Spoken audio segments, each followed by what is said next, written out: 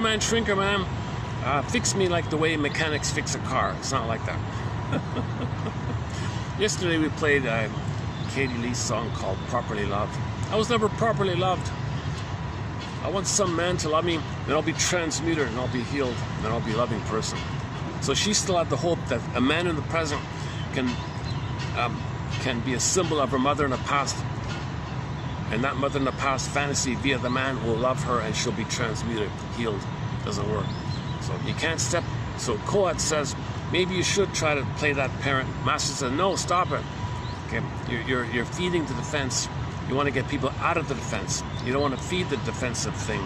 You want to interpret the defense and focus on reality and do the mourning. The mourning, the reality is mother failed you.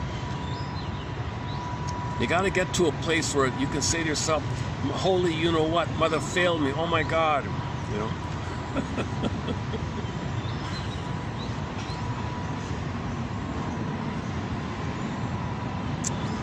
Okay, in the actual treatment, such changes are usually heralded by anxiety reactions or anxiety equivalents, which are the first and most significant criteria for the correctness or falsehood of interpretations. It is therefore not the yes or no, but the emotional response to an interpretation which allows for the assessment of its value. An interpretation should thus not be considered a statement referring to a consciously inaccessible mental content. There can be no statement as such on what is still unconscious, but as an experiment which can succeed or fail.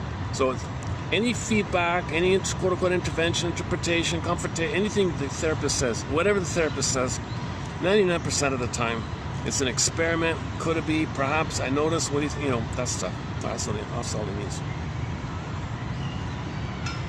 And his emotional reaction is the validity of what you said.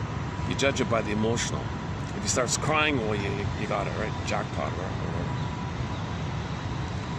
The chance of being exact or correct with an interpretation is also enhanced by focusing at first on the defensive aspect. Yeah, so you focus on the defensive aspect, defense before content.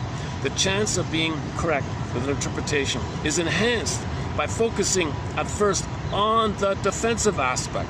So defense is what you do to get away from the pain. Don't talk about the pain, just talk about what he did to get away from the pain. Talk about what he did first, that's the defense. Oh, I noticed you're eating cookies. That's the defense. You don't say you feel lonely.